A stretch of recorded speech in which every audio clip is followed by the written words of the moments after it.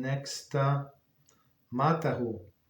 Mah Tovu is a compilation of 5 psukim that describe the beauty of the coming of the synagogue to daven. The Paskim assume that even though davening at home, including women, generally do not go to synagogue, are permitted to recite these verses.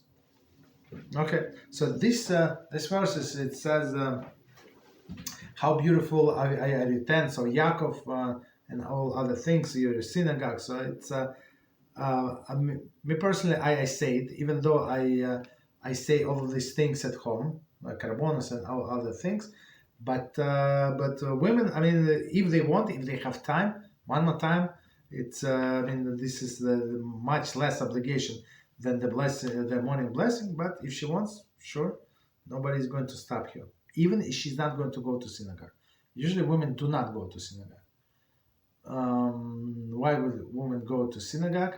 That's a good question. Maybe on Rosh Hashanah, maybe on Yom Kippur. I mean, if she does not have to take care of the family, yeah, she can go. But otherwise, there is not much to do for a woman in synagogue because she's not obligated to all of these things. I mean, if she wants, she has time. There is no problem whatsoever.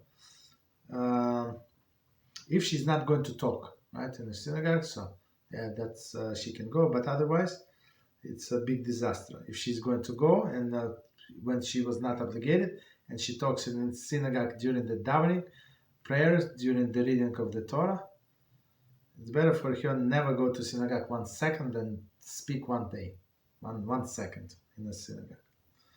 Okay, not only her, but the men also, of course.